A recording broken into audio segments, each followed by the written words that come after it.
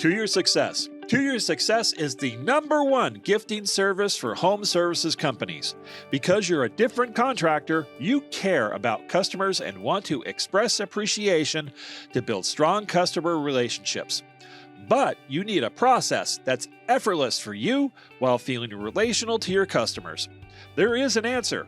To Your Success gives you the ability to automate a handcrafted thank you gift as soon as you complete a job. Visit toyoursuccess.com to learn more or schedule a live demo and receive a sample cookie gift. Delight your customers, build relationships, and cultivate loyalty. Visit toyoursuccess.com. Welcome to The Successful Contractor, powered by Success Group International, a show for residential contractors about residential contractors. We chronicle business journeys, share insights, and celebrate successes in this wonderful industry. I'm your host, Bob Houchin. Hello there, SGI family and other contractor friends. I'm so thankful you're here. As a reminder, all episodes of The Successful Contractor Show are available on YouTube as well as your podcast player of choice.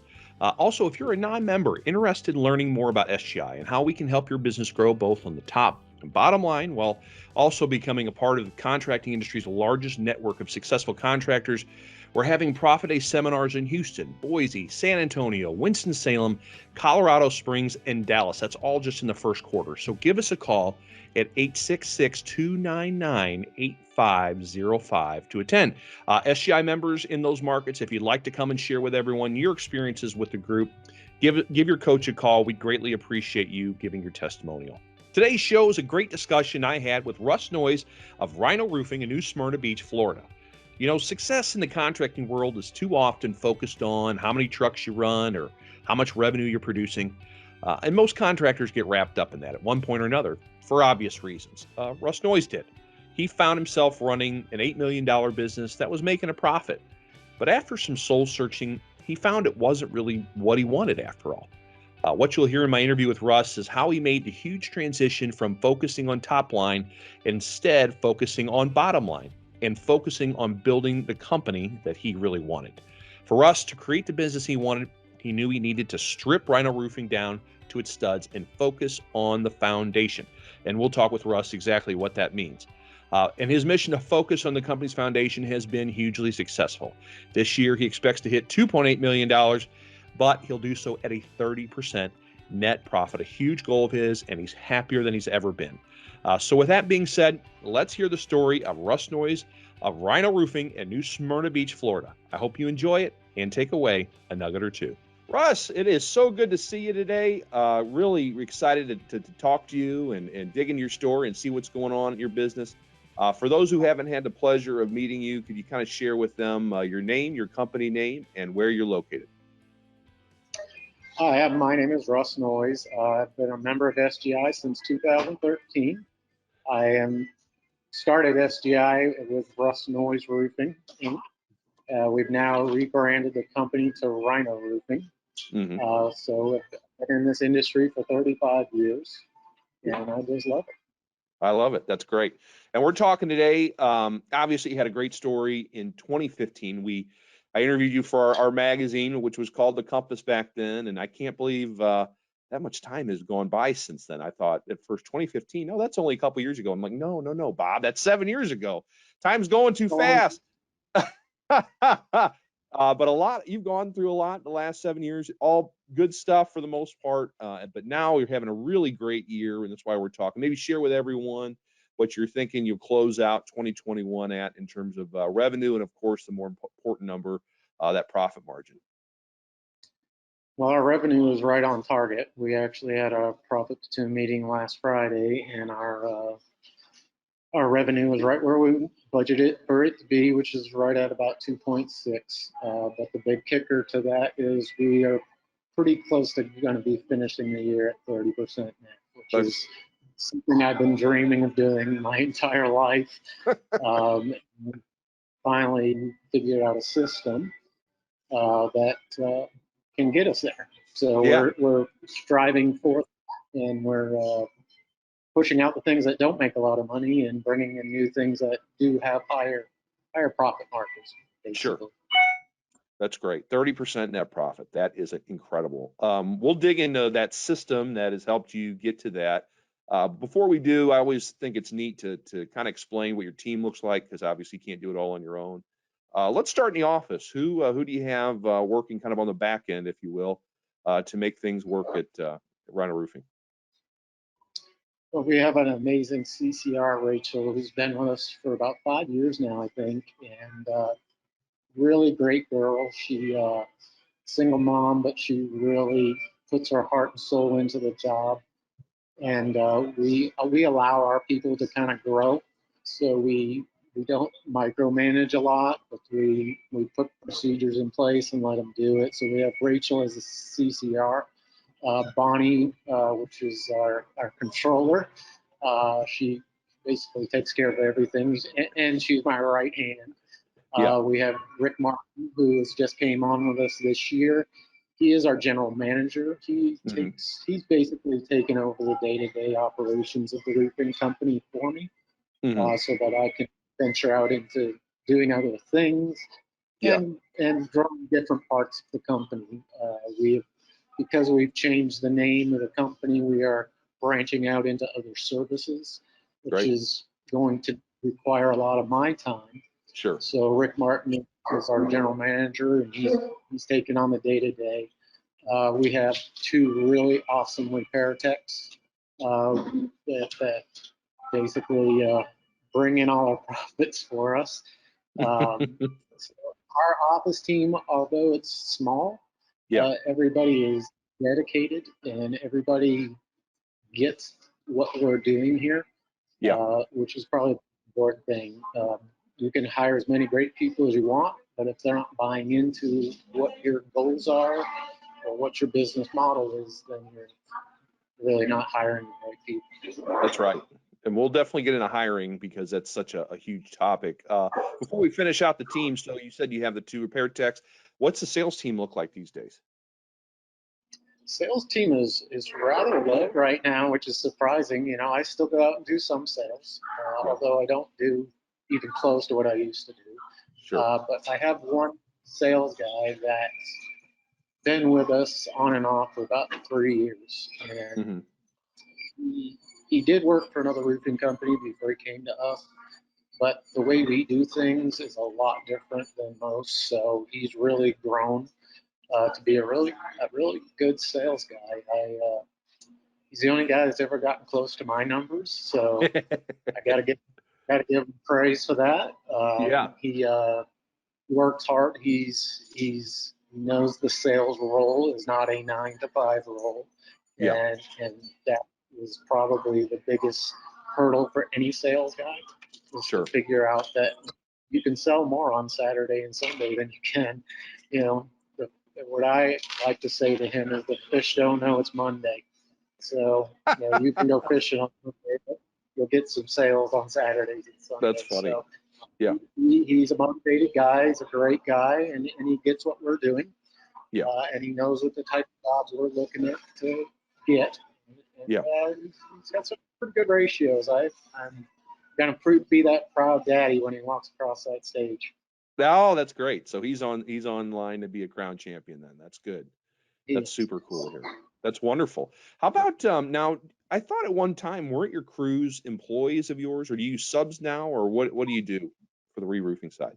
Yeah, for the longest time, we had all our own employees, all our own installers. The industry is just evolving here in Florida, and for the longest time, we had a lot of laws in place that didn't allow for subcontracting. Some of those laws have been cleaned up, and people have also found ways around those laws so that subcontracting can be legal. So I actually took my lead installer, who's been with me forever, and created an opportunity for him to better his life by becoming a subcontractor, still be able to do our work, but it allows him to go out and work for other companies too, to better his family. And that's a win-win for both of us. So we still get the people that we've always had, but it allows them to go out and better their lives also. Very good. And you just work with that one crew, or do you have another crew or two that you've worked with previously, or are they primarily it? Now we stick with the same guys. That way we Yeah. can trust the installs, and they're great people. Been with us forever, so Yeah. I would definitely give them first opportunity. And we're Sure. not a company that focuses on installs, so we Right. only do a few installs a week. We're more focused on the service side of the business than anything Yeah. else. Right. Right. And we certainly will dabble into that in a bit. Let's talk about your story a little bit. So when we talked in 2015, I kind of was reminiscing, and you were just kind of adopting the model for a couple years, and you were kind of pulling yourself out of debt, and you were the type that just worked, and you couldn't you couldn't figure out why am I not making money? I'm working my butt off, and you started figuring that out. And then, from that 2015 on, the business got huge at one point, right? And then you decided maybe that's not what I wanted. So for people just watching or listening, maybe kind of share with them your story over the last 7 or so years. Yeah, so when I joined SGI, I was doing about $1.3 million, but I was about $300,000 in debt. Yeah. When I started in this industry, I was a commercial roofer. So I was used to doing big jobs, big tickets, but not really dealing with homeowners or the customer service side of it. Mm-hmm. My first company was bought out. So when I started this business, I wanted to do residential, and I was getting my butt kicked, to put it lightly. Yeah. So when I joined SGI, it was more to help teach me how to be a residential service roofer. And Right. once I kind of learned the system, I already had a background in accounting and engineering, and I had all the background. I just didn't have the service side really yet. So Yeah. when I adopted the SGI models, it really just made sense. I mean, anybody can look at that and say, yes, this makes sense. All you have to do is follow it. So we did, and I tell you what, it's been a roller coaster. It's been a great roller coaster at that. Yeah. There's things that I've done in the last 7 years that I've been dreaming of doing my entire life. Is that right? Putting money in a bank account and it being there the next day. To building my dream shop. We built a 12,000 square foot building. We were, at the highest point, we were about $8.5 million company. Yeah. We really didn't like that stress level, I guess. Yeah. Is a way to put it. It just wasn't what I was looking for. I was looking for more of that intimate customer relationship. Yeah. Money is important, but it's never been what motivates me. Right. Happy people really motivates me. Making customers happy, and if you make a living doing it, great. But the things that we've done over the years, we really, because of SGI's format, it's given basically fulfilled the dreams that I've had my entire life. We built That's a big awesome. shop, built my dream home.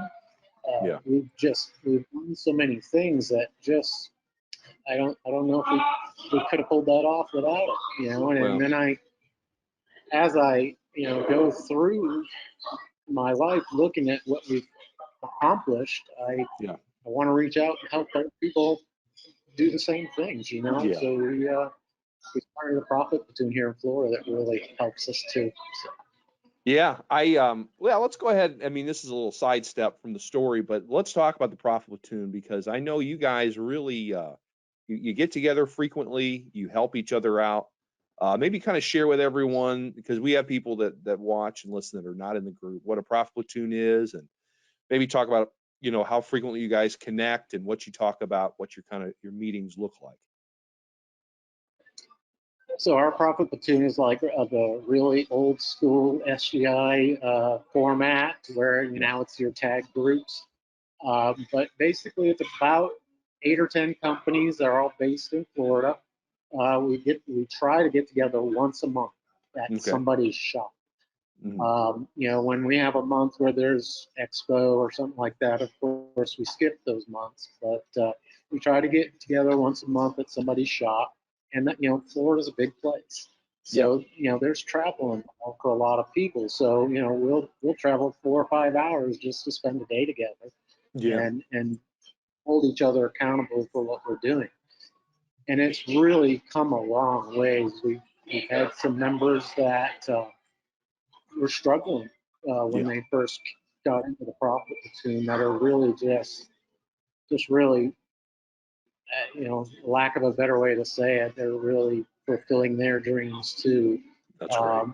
And our dreams through them, we can see them flourishing and see their companies growing. And I'm kind of the accounting guy in the group, so I'm the one that harps on everybody about their budgets and their P&Ls, and we bring our financials to every meeting. That's and great. we review them. And there's things that I hear or see in their financials that are concerning to me. I'll say, hey, think about this or think about that, and it's really a kind of great thing. Matter of fact, this past meeting we had last week, one of the members handed me a little note with a gift card in it, and it was just hey, thanks for that idea you gave me. It really works, and you go have dinner with your wife on this. So it's just a group of people that really keep each other accountable for their businesses and their goals in life. We have an electrician in there that's really done a complete 180. He wasn't profitable, and now he's 30% net and just crushed his goals for the year. And we're also proud of the guy. I feel like a dad. He's just a great guy. Billy with Top Flight. Just an awesome guy, and love him to death. And just so proud to see him flourish. And, John Pelosi with Electric Today, which is now Home Service Heroes, which totally love how he rebranded the company and named it Home Service Heroes. So it's not tied to a trade, it's basically home service. So he can do just about anything with that name and tie it into a home service, and just a great branding that he did. So we're all a pretty close group. We've got some new members that have come in, which is great. So all in all, we're all succeeding, and we're all just pushing that SGI model. Whether it be the roof model or the electric model or whatever, they're all fairly similar on how they operate. And we just deal with the nuances as they come. Sure. Yeah, the margins are a little different, but it's neat that you guys have multiple trades. You get together, and you do keep each other accountable. If I'm not mistaken, isn't there some kind of a fine to folds of honor if you guys don't do something? Is it if you don't show up with your numbers or what? Maybe share that with everybody. So every month we set goals, and you're accountable. We hold you accountable to your goals. So everybody picks their goals, and by the next meeting, they have to complete that goal. If they don't complete that goal, there's a $100 fine involved. All of that money just goes to folds of honor. I love it. It's a really neat thing that we've done there. I don't remember what the final number was last year, but I know I donated $400 or $500 to it. So the number was pretty good. Yeah. I think that's great, though. It's just enough. I mean, it's not a lot of money, but it's enough that the idea of handing it over and saying I didn't fulfill it. I'm sure that motivates you. Maybe that week before the meeting, go, darn it, I need to get going. Yeah. And we'll procrastinate a little and try to get the goal done in the last week, but sure, human nature. Just the nature of being in business, it's a really great thing we've started here, and I just hope more people in Florida join up so that we can, I'd like to have the SGI Florida companies just take over the whole group. But I love it. We'll see what happens. So let's just, before we close out, move on. So you guys, you'll set goals. You talk about numbers.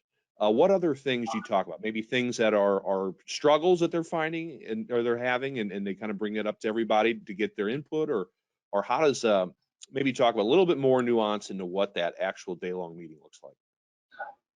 Yeah, so John does the EOS meeting structures. So our meetings are very structured, and we grade our meetings at the end of the meeting to see how we've done. That's great.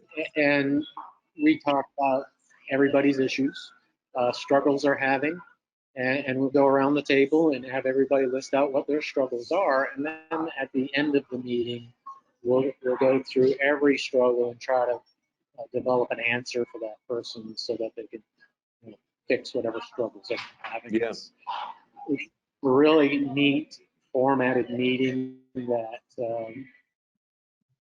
I can say we've really come a long way in how we conduct our meetings. Yeah. So it's kind of neat to watch. Just one last question on that, because people are going to go, how did you guys do that? How did you find each other? Did you just kind of start it? Did you reach out to us and we played, helped you contact one another? Was it at expos, or if you remember, because you guys have been together a while now. Yeah, we've been together I think about 3 years now. Wow. And it started with John Pelosi. I think he just emailed SGI for a list of people in Florida. And he just sent out a mass email to every SGI company in Florida and said, hey, I want to start this. That's great. Who's on board? And I was like, hey, if you don't mind a roofer being in the group, I'd love to join.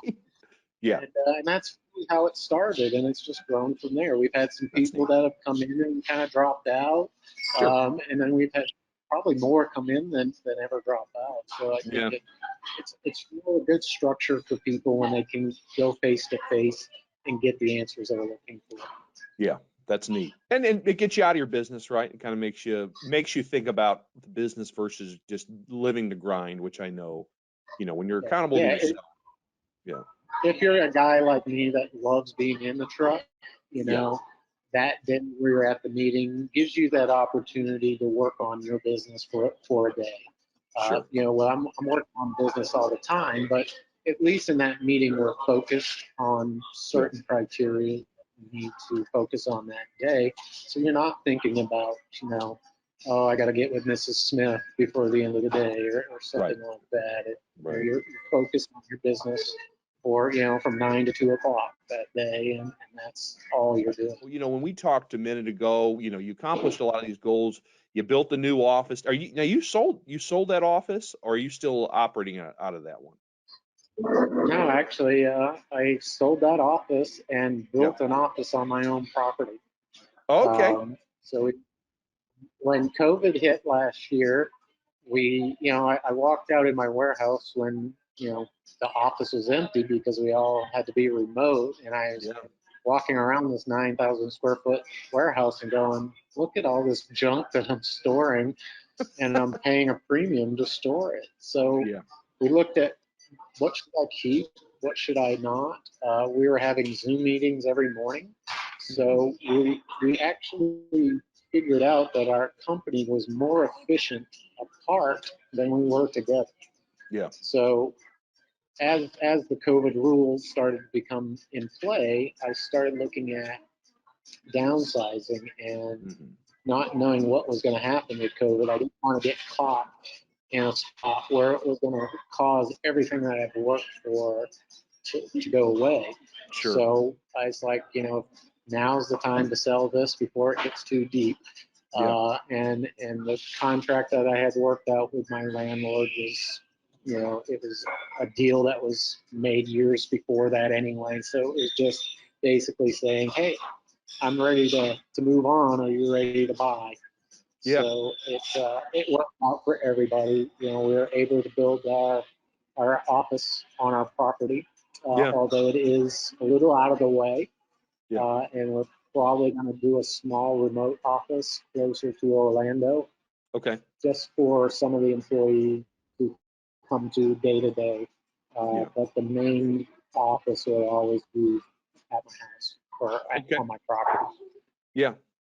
Very good. And when did you start the scaling back process? Was that before COVID, or that was that kind of brought on by that? From you only that 8.5 million. I started scaling back. Yeah, I started scaling back the beginning of 2019. We finished 18. Very very high numbers. Profit was okay. It wasn't where I wanted it to be, but the stress and I want to say the lack of customer service or Yeah. the lack of attitude of customer service really got to me, and really I started not being happy coming to work, and that's Yeah. something for a guy like me that glass is always half full. Uh, not smiling walking through the door, it was pretty hard Yeah. emotionally for me. Sure. I think we had so much storm work through 16 through 18. You kind of lose focus of what's important Yeah. to your company and your people. And I think we lost focus of that, and kind of lost focus of that SGI model, and it showed. It showed in our profit. It showed in our attitudes. And it was a very depressing time for me personally. Yeah. And I wanted to do whatever I needed to do to change it. And whether that cost me a ton of money to change it or not wasn't really an issue. I Yeah. didn't care how much money it cost. I was more about getting back to where we were, getting back to having happy customers, happy employees, and Yeah. a happy boss. Yeah. It's, when the boss is not happy, it just filters down to everybody else. Sure. And nobody else is going to be happy. It's that whole culture thing that we all hit on this last expo. Your Yeah. culture is the person on top. It starts there. Yep. And if they're not in a good place. Nobody else in that country is in a good place either. So. No, it's true. So did to scale back, was it just because you didn't have any storm work to rely on, and so it was a natural regression in terms of revenue, or was it just a people maybe didn't have the right people in the company at that point, and they needed to kind of be let go, or how the process of actually scaling down and getting more efficient? Maybe kind of speak to that, what you did. Yeah, I think the scaling down came from just my unhappiness and Yeah. my lack of ability to hire in the right people to run that size of a company. Yeah. I've always done things myself and always thought that I can do anything that I set my mind to. Yeah. And I can, but like everybody has things that they're really good at and Sure. things that they're not good at. My problem was I wasn't really willing to give up the things that I wasn't good at. I just wanted to try to improve them. So I think there was a little short-sightedness on my part of saying, hey, Russ, just push through it. You can learn Yeah. it. You can do it. Rather than say, you know what? You're not really efficient at this stuff, so hire somebody who is. Yeah. So the way that I built it up was on a fragile foundation. So scaling back more to get back to the foundation and build it correctly. And I think that's where we are. Yeah. I think that we've scaled it back. We've taken it monetarily on, when you scale back a company from 8 million to 2 million, you still have the bills of an $8 million company. So Yeah. there's some hardships that come with it, but you can, once you get through those and you start building your foundation back up, I think for me, that was the thing that said, hey, Russ, second time around, you'll do it a little different. I wanted to follow up on, you Yep. said there were certain things that you recognized were not strong suits, and yeah, you're typical, you wanted to go ahead and just, I'll figure it out, right? But that's not maybe the best thing for a business. So what responsibilities did you relinquish? Did you allow other people to take so you could focus on maybe the things that you are better at? Well, I think, the big thing for me is that I grew up in this industry as a roofer, Yeah. so I spent, 20, 25 years on top of the roof, Yeah. and not on the business side of things. Although that I ran a business and I knew my accounting and I knew budgeting and I knew all of those things, but I never had to worry about dealing with, homeowners and management of homeowners and the people that you need to put in place to deal with people Yeah. on a customer service base. Everything for me was just roofing, Yeah. engineering wise and and installation wise, I'm very, very efficient at those things, but not so much as the manager. Yeah. Yeah, or sales. I'm a fairly decent salesperson on certain things, and certain things I'm not. And I think as you grow older, you realize that you're not that 20-year-old bulletproof guy. There's things that you're good at, there's things that you're not. And if you don't recognize those things, you're kind of going down a path to failure, and you just don't realize it yet. So I think I just grew older, Yeah. and more knowledgeable as you get older. Yeah. And you realize that hey, I'm really good at this, but maybe I should let somebody else handle that. Yeah. And all the stuff that we're really good at was just putting procedures in place, managing multiple people. I could manage crews on a job site, but managing an office is very hard for me because when you grow up on a roof, how you speak to people, what things that you do is different than Sure. in an office environment. So, when I'm in an office, I'm kind of the fish out of water. I just don't fit in an office. That's why everybody's always told me, Russ, you got to get out of the truck. And I'm like, no, but I like the truck. The truck is comfortable. Yeah. I feel like I'm better off in the truck. I'm a better servicing this company in the truck than out of the truck. You know? So I think putting the people in place that could run the day-to-day operation of the company was a must for me, and that was that solid foundation that I needed. And I just told our general manager that we hired, when we were interviewing, he said, I don't know anything about roofing. And I'm like, good. I don't want you to know anything about roofing.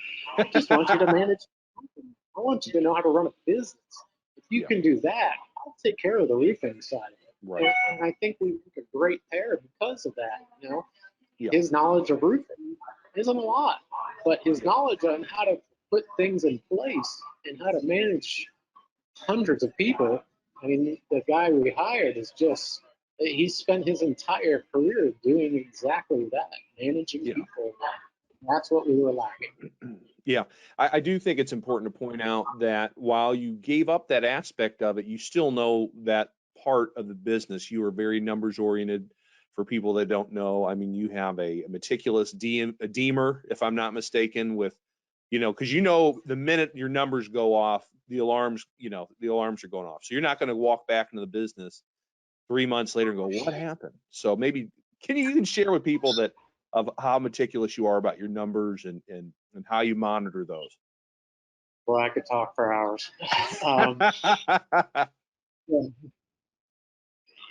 So here's the long and short of it. You can't run a business without knowing your numbers. I don't care how good you are. You will fail if you don't know what your numbers are. This is something I learned at an early age, and I was that teenager that was raised by my grandmother, who just beat it into my head that your reputation and your budgeting and all of these things, your credit rating, are things that these are a must in your life.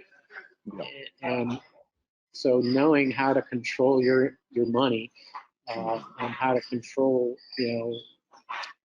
what you can spend and what you can't spend, or are you charging enough or not charging enough, it's all things that you have to know. Our DMER is basically just, we used the SGI one for a couple of years, and we had our own for a couple of years, and then we just kind of took the best of all of that and put it into one basically it's an Excel spreadsheet.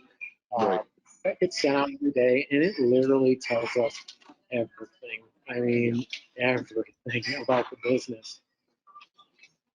And if you're not looking at this stuff once a week, if we have a bad week, install wise, or a week of rain or whatever it is that causes our billing to go down that week, we know from history of knowing our numbers that it's going to take us 3 weeks to make up for Yeah. So if you're only looking at this stuff once a month, well, it's going to take you 3 months to make up for that, which is it's a killer for your year. If you had, a bad first quarter, but you didn't find out about it till the end of the first quarter, now your second quarter is really going to, leave a lot of lacking.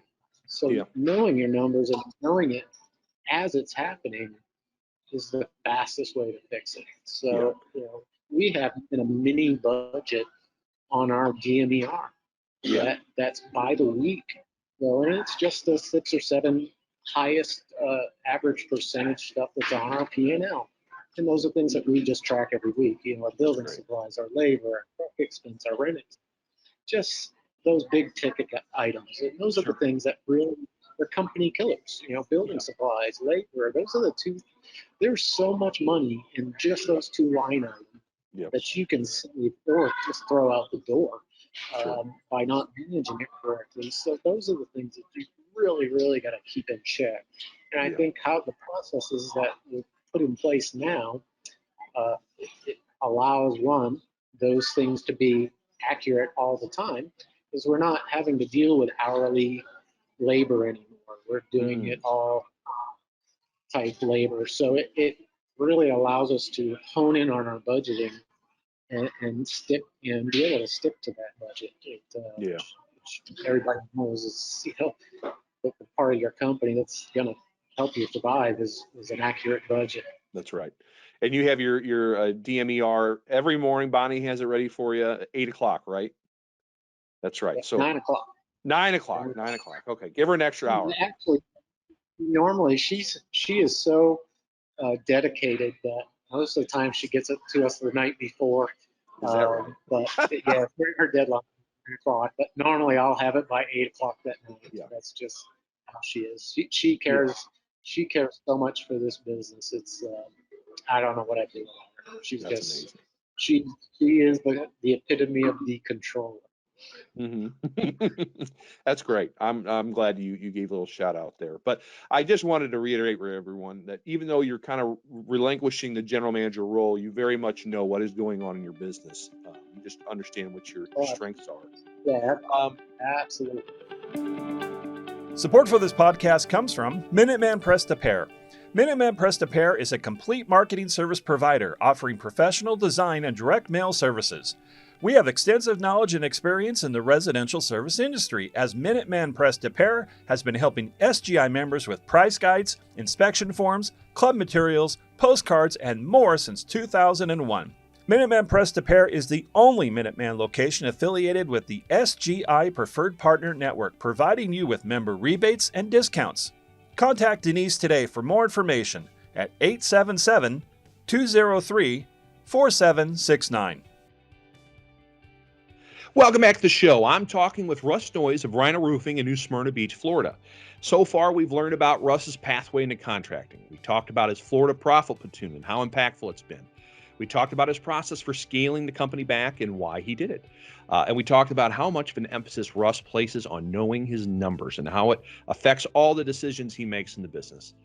In the second half of our conversation, we're going to talk about how Russ puts more of an emphasis on providing great service rather than just slamming on new roof after new roof. We're going to talk about his determination to only work on jobs that provide a 60% gross margin. We're going to talk about his club membership program, training, providing options, and so much more. So let's jump back into my conversation with Russ Noyes of Rhino Roofing in New Smyrna Beach, Florida. I want to talk about how this idea that you're going more service repair versus chasing replacements, and that's your kind of how your mindset has evolved. So what does that mean? What does that entail? So someone calls you, I have a leaky roof. I mean, are you now trying to direct more towards to get a repair done versus the replacement, or just how does that mindset change the whole business? I guess if you could kind of explain that to me. Well, we don't want to sell somebody something that is a waste of money for them. So Sure. if the roof is an old enough roof and it needs to be replaced, we'll give them the option. On our repairs, we're giving options also. So if I had one just the other day that I went out on, and I gave them 2 options of a repair and an option to replace. And I even told them, I said, and the way I look at it is if you're going to spend a third of what it costs to replace that roof trying to repair it, don't do it. Right. You're just throwing money away. So we try to give them their options and let them make the decision. Most people, when you show them that, hey, this repair is going to cost you, 30% of what a new roof costs, they'll pick the re-roof. Yeah. But what we're trying to get to is only doing replacements for our club members or our existing customer base. Okay. I don't want to be the guy, company that goes out there and just starts cold calling or marketing replacements and having to worry about the pricing, Yeah. stuff always hits you, and being that guy that has to go out there and sell insurance work or anything like that. So we are basically going after any type of service work that's related to roofing that we can get a 60%. If it doesn't give us a 60%, we don't want to do it. Yeah. So it'll evolve into, we have a huge customer base. I've been around a long time, so our customer base is good. So for a company like ours that only does 2 or 3 installs a week, it wouldn't be hard to keep that 2 or 3 install a week going with just an existing customer base between our club membership, between our repairs. We can still get that amount of work and get it at the price we want without any argument. Yeah. Yeah. I'm glad you brought up clubs, because you are one of the unique roofers that really has done a good job selling those. Kind of share with everyone how many club members you have, and then how the heck do you do that? We've lost a lot. I would say we were as high as back in 18 when we were as high as we could be. We were pushing 800 and some club members, which is a lot for a roofing company. Yes, it is. And with downscaling the company and COVID, I mean, we lost a ton of them. Orlando is a very transient market. People live here that work at theme parks and stuff like that. So when COVID hit, everything got shut down. So we had club members basically, hey, I got to drop out of here. I can't even afford the $14.95 a month. Yeah. And at first I was like, well, let's not lose them. Let's try to afford to figure out how to keep them. And when you had as many as we have, it didn't make financial sense to try and keep them. So we lost hundreds and hundreds of club members. Yeah. And I would say we're in the mid 200s right now and building it back up slowly. But the way we're focusing our company now, I think we'll get back to where we were within about 2 years. We based our warranty on our replacements off of our club membership. So when you buy a replacement roof from us, you get either 1 year, 2 years, or 5 years membership, depending on which level you choose. And then your warranty on your roof is dedicated to that. So if you bought a roof in a 1 year club membership, you basically have a 1 year warranty. And if you want to continue your warranty, you just keep signing up for the club membership. So what we do is at the end of that first year, we just send out the invoice saying, here's your invoice for the next year. Sign up for club membership so you have your warranty on your roof. People seem to like it. I know it's a lot of people have said to me, well, that's like buying a warranty. And I'm like, okay, well, what store do you go into today where you're not buying a warranty? Doesn't matter which store you go into, they're all selling extended warranty. So this warranty is foolproof. If they want to put solar panels on their roof, we'll cover it because we're inspecting the roof twice a year. So if something does happen, we can catch it before it becomes a big ticket item for us and fix it at no charge to that homeowner because they're club members. Our general managers just redid our whole club membership. We have a commercial club membership now, which is just a game changer. So now we can go after that business. We added roof cleaning to our club membership. So, now those people, we're in Florida, we get a lot of mildew on our roofs here. So now we can offer that as part of the club membership. Will we take the hit when we first clean it? Absolutely, but the hit's not that bad. but we'll get the revenue from it from years and years and years down the road. So I think it really fits. Yeah, that's interesting. Now, so you said you sell one.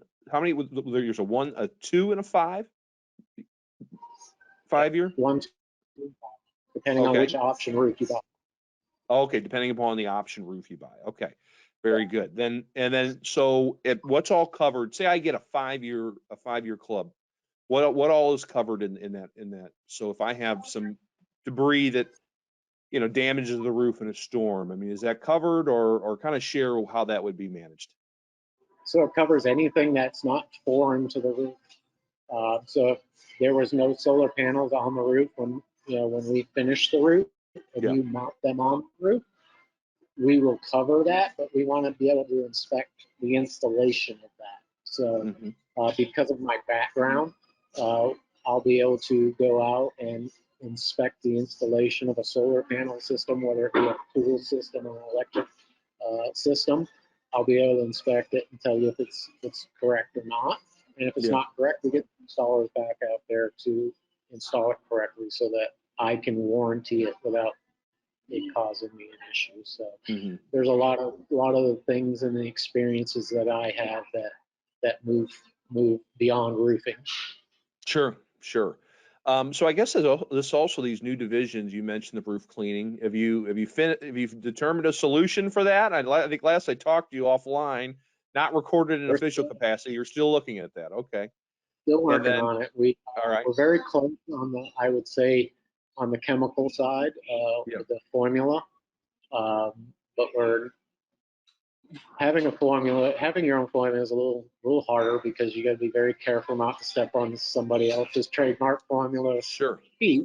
So coming up with the right stuff to go across all of the different types of roofing is kind of the unique process of it all.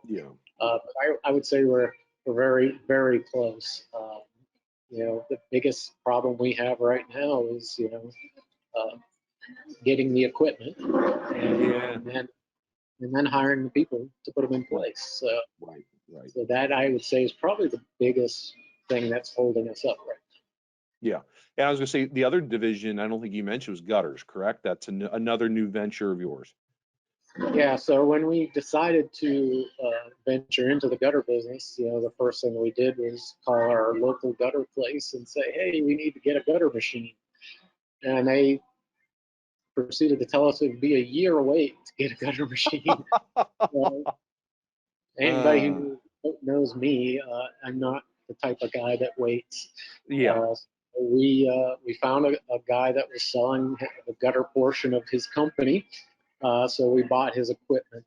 And now we have the equipment we need to launch the gutter division, and we have a subcontractor that we use right now who's agreed to. Anybody that we hire on, he will help us train them so that we can put them out into the field for ourselves. So that's great. I think it'll work out well if we can find the right people. For sure. The biggest problem everybody's having. But this is interesting. So you've got new services you can sell to your club members every time you're out there with the gutters, with the roof cleaning, and all that. That's fascinating. And you guys you said you go out twice a year with the roofing club membership. Yeah, we actually have a 4 time a year one also. So we have our gold level, which is our base level, is twice a year. Our next step is 4 times a year, and then our high level is a twice a year with a roof cleaning in it. So it's a little bit more expensive for that line item, but you don't have to worry about the mildew on your roof. We're going to clean it, and then we're going to maintain it from that point forward. That's great. We have a lot of HOAs here in Florida that love to send out letters to homeowners with dirty roofs. So it's a really good add-on to a roofing business. Interesting. Because we're a roofing business where there's a little bit more skin in the game for us, I guess is the best way to put it. We're not out there just destroying roofs or putting harsh chemicals on roofs that are going to lessen the overall lifespan of the roof. So there's things, security for that homeowner. Everybody knows when gutters are getting installed these days, the gutter installers are destroying the edge of the roof, or destroying the drip edge on the edge of the roof. Yeah. That's one of the things that, is going to help us, because we can focus our sales on, hey, not only are we not going to destroy the edge of your roof, Right. but we're going to also include it into our warranty, that, if you have problems with the gutters, that's warranted item also. Yeah. That's great. That's wonderful. Very interesting. So, I got to ask, because it is a hot topic. You've got people, right? And you've got 2 technicians. Those are homegrown techs, people that you taught the industry to. What is are you on the hunt for more techs? Or are you kind of happy at the size that you're at, or We're always looking for more. always looking for more? So for people that are always looking, how do someone green, what's your process for educating people in the industry? For employees, I don't want the guy that's been doing this for 40 years, Right. because he's got a ton of bad habits that I have to break. I rather hire the guy that's motivated, Yeah. customer service oriented, and is not afraid of heights. I can teach him everything. Yeah, that's fine. I'm sorry, I chuckled, but it is true. Yeah. It is, it's I've learned over the years that hiring that guy with all the experience is harder to deal with than hiring the guy that doesn't know anything. Yeah. I can teach a guy or train a guy everything I want him to know in a very short period of time, if they're at all, trainable, I guess is the best way to put that. Sure. Having somebody that is customer service oriented, that's the key. And have them aligned with your culture are probably the 2 things we look for the most. Yeah. And what they just, I mean, and I don't know how long your techs have been with you currently, but are they riding along with them? Or are they riding along with you specifically, and you take the chore of training them on personally? Or what do you prefer to do? Well, I have one tech that's been with me for a long time. I would say 10 years or so. And he was actually on my install crew. And, he was getting older. And the younger guys were he was kind of in the way, I guess you could say. The younger guys always said, well, why don't you go over here and do this over here in the corner or something like that. So being out on the job site, I noticed that stuff and said, hey, how would you like to be a repair tech, where you just deal with your own jobs and all of that? And he's like, I think I'd like to try that. Yeah. And so put him in place, and of course, the rest is history. Works out great. He consistently, and this is something I try to get people to understand about the roof service industry. This guy pulls down over $100,000 a year every single year since I've started with SGI on doing repairs. He's just one of those go-getters, and he's got that background that I have. He knows all different types of roofing. So whenever I get a new guy, they go with him. Yeah. Basically, and he tells me, I don't make that judgment call. I call him and say, what'd you think? Is he going to work? Is he not going to work? What was his tendencies? And he's a straight up guy. He'll say, yep, he's a good one, or nope, let him go. That's interesting. And I take his opinion and run with it, because I know it's his honest opinion. And if he tells me no, it's no. I'm not going to second guess him. I'm not going to say, did you train him properly, or did you let him do this? He knows what I'm looking for. He knows what I want in a person. So I just leave it up to him. I say that's probably one of the things I've learned over the last 10 years or so, is allow your people to grow organically.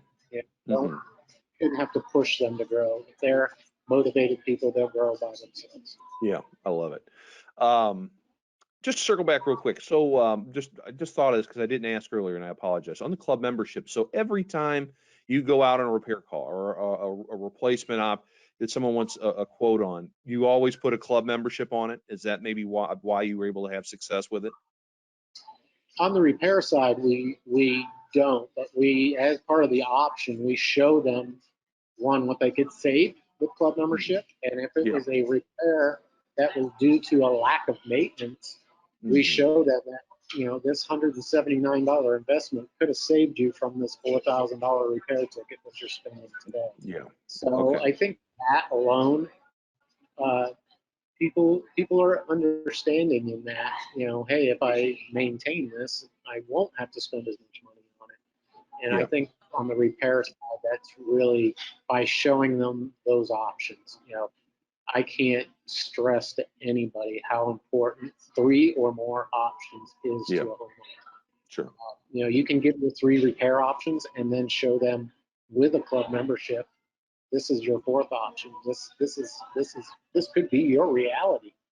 Yeah. And I think that is huge for any homeowner. People want options, Yeah. People like options. So No one likes being told what to do. exactly. Yeah. And people don't want to feel like they're being sold. Buyers are very smart today. So going in and thinking that you're just going to sell them what you want to sell them is probably not going to work out very well for you. Yeah. But if you get 3 options on repair and re-roof, then you got to build that. Value is key. Our sure. sales guys, whether it's a replacement or a repair, they have to get in that attic. They Yeah. have to look for, in Florida they do something crazy and repipe houses into attics because in Florida we don't have any basements. So Right. now some of these plumbers will put these water pipes really close to the roof deck, and then we come and drive a nail through the roof and end up hitting the pipe. So there's certain things that we have to do here in Florida that's unique to Florida Yeah. to build that value to that customer. Where most guys will say, "Oh, we don't cover any damage to water pipes." We just look for the water pipes first. Yeah. We don't have to worry about damaging them. So we can say to that home, yeah, we'll cover the damage to that water pipe if we hit it. Yeah. And Yeah. we try not to hit it. Yeah. Have we hit them? Sure, we've hit them. Sure. Yeah. We just fix them and move on and not put it on the homeowner as a responsibility to them. They're hiring us as professionals. So why are we putting any onus back on that homeowner to say, hey, this is your responsibility? No, you're the contractor, you're the service provider. A homeowner shouldn't have to do anything but pay you when you're done. Right. You should be taking care of everything else for them. So that's great. We kind of take that position and run with it. Yeah. I was going to ask you, you ventured into that and it made me think of some quality control on, like, say I know your technicians are there, they're doing the job, you trust them, they're highly professional, but with the re-roofs, making sure your crew, it's up to your standards and they replace the wood that need to be replaced and all that. Is that you who manages that, or who controls that? Well, production manager handles all the production. We're on company cam like most companies now in SGI. And so I get to sit down every night for an hour or so and look at all the pictures of the day. Yeah. But on re-roofs specifically, I inspect every roof that gets done. Yeah. I have another company where I actually inspect roofs for law firms and insurance companies. So why wouldn't I give that to my homeowners on the roofing side? Right. So one of the things that helps with our sales is, sale guy goes out there to present to the homeowner. He lets them know that this roof won't be inspected by the city or the county until Russ actually comes out and looks at it first. Oh man, that's cool. And I'm just as hard on my roofs as I am at any other roof. If it fails my inspection, they're coming back. Yeah. And I'm not afraid to do a little work myself too. Like I fixed a roof yesterday that had like three little minor things that needed to be done, and I didn't feel it was necessary to pull the guys off the job to come back and fix this. It was something I could take care of in 15 minutes. So I just took pictures, fixed everything that needed to be fixed, and we had a meeting this morning about it. So I said, hey, these are the things I found. I didn't want to pull you off a job, so I fixed them, but know that the next time I see it, I'll be making you come back to fix it. Yeah, I like that. So with company cam, I'm glad you brought that up. Do your guys take the pictures before to show, if any plywood needs to be replaced, this is why, and here's the after. They do all of that, right? Oh yeah, yeah. Our sales guys, they have to get in the attic. They have to take those pictures. They get on the roof, take a variety of pictures. We call it a photo pack. So there's a minimum number of photos that's allowed, and they have to hit certain items that we want to see. So, we tell them all there's no such thing as too many pictures. I don't care if there's 1,000 pictures on each job. I'd rather have 1,000 than 10. Yeah. Yeah. I'd rather flip through ones that are worthless than not have the one that I need. Yeah. So photos is a huge thing with us. And every sales guy that, goes out, or whether it's me or somebody else, they're required to mark those pictures with specialty issues, Hey, there's a water line below this area, and they mark it on company cam. And it's up to the production guy. If he doesn't see all the required stuff that he needs, it's up to him to put it back on to the sales guy. Yeah. If he accepts that job at that point, then it's on him. Then it's his problem to take care of it. But if he doesn't accept, the next stage, or something's not done right, he's required to give it back and say, hey, I can't put this into production because you're missing this. Yeah. So and keeping everybody on their tasks is a very hard thing to do, but it's also probably the most important thing to do. 100%. The reason why I asked it's just funny that I'm talking to you today. Literally, I talked to a friend last night. Does not have an RSI member in his market in where he's at. Had a new roof put in, and he decided for the heck of it, he'd get on the roof after the replacement, and he's like, oh, there's these soft spots. And long story short, made the guys come back out, and he tore it off, and there's holes in the plywood. And then he got in his attic, and he saw all this that they didn't replace, and he got charged a lot. So he's not too happy. But I think with the photos, that just is such peace of mind for a homeowner to see, okay, this is what you sold me. I can see that. I mean, I just think it's a no-brainer. And yet I know people that don't do it. Obviously, this other company didn't do it. Maybe they did it intentionally. But either way, Photos of, it's worth 1,000 words, I guess, is the old expression. Yeah. We just had one the other day. The phone, homeowner said, hey, you guys damaged this downspout, and we just so happened to have a picture of that downspout. I said, no, actually, it was like this before we got there. And they were like, oh, they didn't do it maliciously and want something for nothing. They just didn't know. Didn't know. Yeah. Happens. Who looks at their over their whole house before they hire a contractor? So it was just a case of, oh yeah, it was damaged. I'm sorry for wasting your time. And right. It builds confidence. It builds trust with your customers. And sure. And at the end of the day, people aren't going to hire you. I don't care what you charge if they don't trust you. 100%. So trust is key, and photos just help build trust. Yeah, for sure. All right, I've kept you long enough, Russ. This has been a lot of fun. Just last question: what do you see in the next 5 or so years? Do you have any big plans on what you want to do, or how you want to diversify the business anymore? I know you like the intimacy of where it is at this point. What do you think? Well, as far as the roofing stuff goes, it's probably going to be me stepping back a little bit more than I am already. Hopefully, I have a 11-year-old daughter, and I pretty much miss the fun young years, and I don't want to miss the older years. So, anybody who has children, any father knows that that those teenage years is when the father and daughter really bond. The younger years where the mother and the daughter really bond real well. So I don't want to miss my part of it. So and having multiple businesses now, it takes a lot of my time. I actually was turned down a radio show last year because my time was spread too thin. And my wife said, when is it time for us? And that really hit home with me. That I didn't think that I was spending so much time away from home, but hearing her say that really put life into perspective, that I wasn't around. So that I was just kind of the provider. And I just didn't want to be just the provider. I wanted to be the husband. I wanted to be the dad. But I think the consulting business is going to be more of what I do on a day-to-day type of thing, where I work with the attorneys in Orlando and some of the insurance companies to make sure that people are getting a good roof. With all of this insurance work that's been going on, there are a lot of bad roofs being put on, as your friend figured out. So being an advocate for having a good roof, I think, is something that really excites me and something I want to push forward. And with my background, it just fits. So it's something that I would like to do in the future. And, That's great.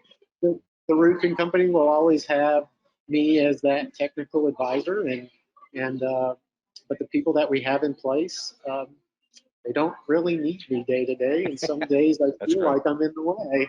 So if I can branch out and do other things and know that they have my back and they know that I'm gonna look at the numbers very, very close every day, and I'm still gonna be that person that says questions, certain things on our P&L or certain things on our budget.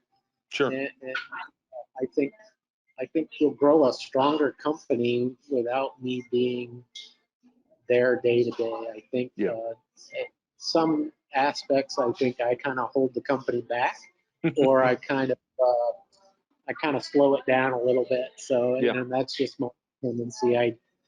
I'm kind of that laid back guy that doesn't like to run 100 miles an hour, and the industry now is that type of industry that does run at 100 miles an hour, and that's just not for me. But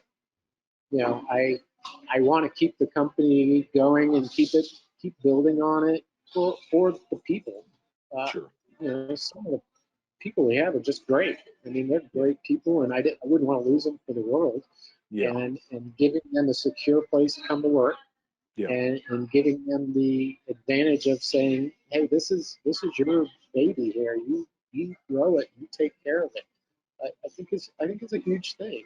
I think people will buy into that and look at, hey, I do have a future here. This isn't just a job. And I would like to get to the point where it could be employee owned. I would love to turn over ownership to the people who've really made it happen. I'm just the face of the company, but there's so many other moving parts to this company that really have pushed it forward. I could say our general manager has been here for 3 or 4 months now, and just in the 3 or 4 months that he's been here, it's just a total game changer. I mean, the procedures, the rebranding, the remarketing, all of these things that would have took me a year to complete. I mean, he just rolls right through them like they're nothing, like I do on roofs. That's what I think us mesh so well, is between Bonnie knowing exactly how I think and Rick knowing exactly what I want. There's nothing they can't do together without me, because they already know the goal or what my culture needs to be or how I want it to be. So I think in the end they know that I want to run a tight, slim run company that makes a really good profit margin so that I can give it back. There's one thing I've always told my employees is I'm not a greedy person. I don't have to be a millionaire. I was. It wasn't that good. It was just more. I had a racing career before roofing, and I made a lot of money doing it. But the money's not everything.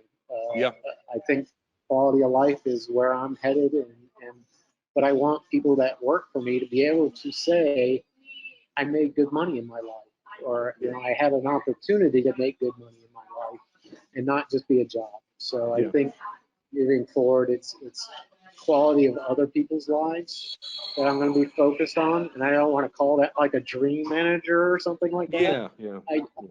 I want them to be buy-in owners. I want them to be a part of something great, and whether I'm the top of that mountain or just somebody who's a part of that mountain, I don't care. I don't have to be the guy on top. I don't have much of ego, so ego's not much to me. I'm just a laid back guy that just wants to see people happy and succeed. That's great. Okay, last question.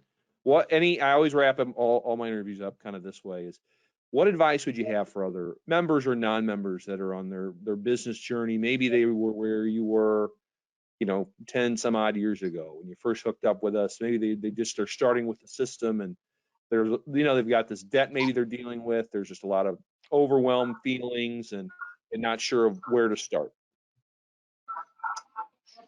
Well, I guess the first thing I would say to them is, you didn't get into this problem overnight, and you're not going to fix it overnight. There's no quick fix. Yeah. What SGI can do for you is show you how to be more service oriented, which brings a higher margin with it. Yeah. You personally have to figure out where you want to be. Yeah. And I think that's a big thing that people lose focus on. And and I hear this a lot at expos and meetings and other things where, you get to expo and they're, how are you doing this year? Yeah. Oh, I've done $6 million, done $10 million. Yeah. Stop looking at the top line. The top line really doesn't matter. What matters is the bottom line. Totally. And if the bottom line's in place, guess what? The top line's going to follow. Yeah. It's going to be there. It has to be there because the bottom line is there. So if you focus more on actually making a profit, the stuff up top is going to be there. And no business has ever grown profitably without a budget. It's true. Really impossible to do. Because if you don't know what you're spending, how do you know when to stop? Right. And I've always been the worst about spending. I mean, that's what got me into it. As I always wanted to have the best new equipment and the nicest toys and all of those things that I never had growing up. And you know what? Doesn't matter. Doesn't make a difference. Yeah. All it does is hey, I got this boat. Yeah, great. I'm still the same guy without the boat. Sure. Yeah. So I would say bottom line is everything. Top line will come. But you have to focus on one thing at a time. I can say what I personally messed up on when I joined SGI and started following the process is I was so focused on growing that I didn't pay attention to the foundation of the company. And I think that's a company killer. I think if you don't focus on that foundation first, you can't grow properly. And anything that grows without a solid foundation is going to fail. It's just a matter of when is it going to fail, And normally when it fails is when there's so many zeros involved that you can't personally recover from it. Right. If you have a personal net worth of $2 million and you have a $10 million business that's not making any money, you can't recover from that because you only have a $2 million net worth or personal worth.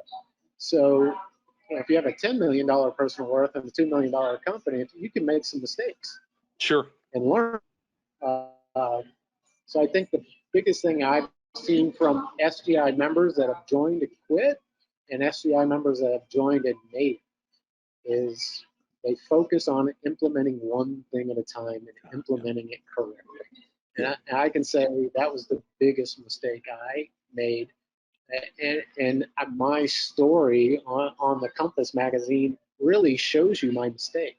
My mistake was jumping in too fast. You did jump. You jumped hard. And just wanting to do everything. And that's just my personality. I want to make everything better. Yeah. But I didn't implement anything correctly. Yeah. And that's where that foundation comes in. There's some great SGI roofers out there. I mean, there's some really great people. Oh, yeah. And you can see, I can see it because I've been there. And you can see the mistakes happening. And you can't really say, hey, dude, you're going down the wrong road here. It's going to cost you. Yeah. But what I can say, and I want to give this guy probably the biggest shout out of any person I've ever met in SGI is Adam over in Arizona, Five Guys. Yeah. He got up on stage at Expo and basically put it all out there. Yeah. And if more people did that, they could fix things faster. Yeah. Because he basically got out there and said, here it is. We're not doing everything right. Matter of fact, we're screwing up half of it, but here it is. Yeah. And that takes a lot of self-discipline to do that and admit that, hey, I'm doing a ton of work. I ain't making any money. Right. You know, and everybody that joins SGI joins it to learn how to make some money and to be able to get up there in front of everybody and say, yep, I'm doing it and I ain't doing it well. Yeah. That to me earns a lot of respect. Yeah. You know, you have to respect somebody that can get up and do that. And those are the type of people that you want to help. Yeah. Because you respect what they're doing and you're like, dude, if I can help you in any way, I'd be happy to.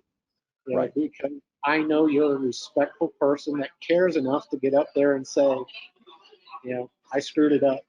Yeah. Here I am in all my glory. You know? Yeah. So, you know, I've done the same thing. You know, I've screwed things up. I ratcheted them back down so that I could fix them. And I'm sure Five Guys, they'll make it because they got a strong foundation. They'll probably just have to ratchet things back down a little bit, and they'll find their comfort spot, and they'll last into the future because of it. And I think they got a really good shot at a great business for their whole family, and that's what I love about that company is it's all family.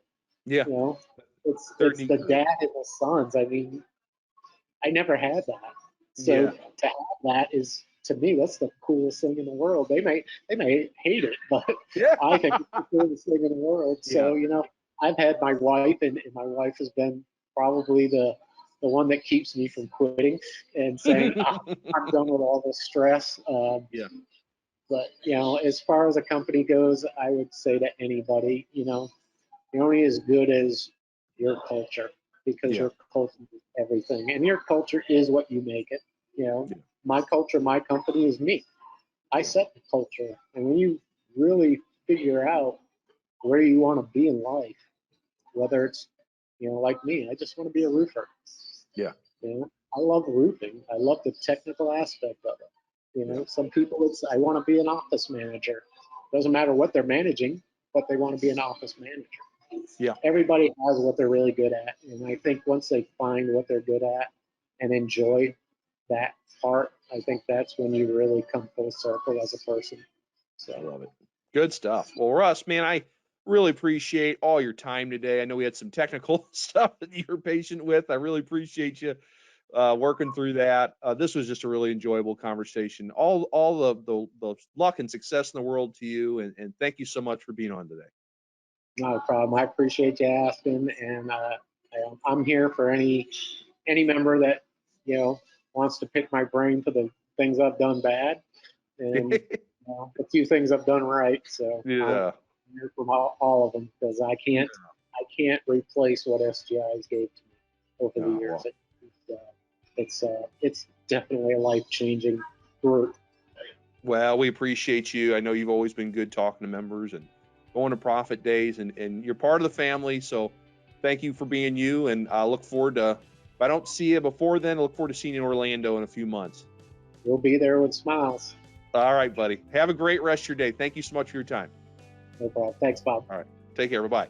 That's Russ Noyes of Rhino Roofing in New Smyrna Beach, Florida. Thanks for joining us. If you feel like you have a great story worth sharing that would also help other contractors, email me at bhouchin@yoursgi.com. Also, if you enjoyed today's episode, if you're on YouTube, give us a like and subscribe. If you're on your favorite podcast player, leave us a 5-star review. And please join us for future episodes. It's my promise to you that we will continue to interview successful contractors and other influential individuals in residential contracting. This is The Successful Contractor, powered by Success Group International. Support for this podcast comes from Dynamic. Dynamic Air Quality Solutions manufactures IAQ products based on the science of clean air. Dynamic's Clean Air Defense System products are supported by technical and communication IAQ training that is second to none in the industry. For more information on how to get your team confident in communicating IAQ challenges and solutions on every call, email Michelle Hogan at mhogan@dynamicaqs.com. The Successful Contractor Podcast is part of the Success Group International family. SGI is the largest member-owned best practices organization for independent residential services contractors. SGI provides its members a competitive edge through proven proprietary management tools and expertise, marketing programs, training, and group buying power, along with a highly active and eager to help membership. For more information about Success Group International, visit www.yoursgi.com.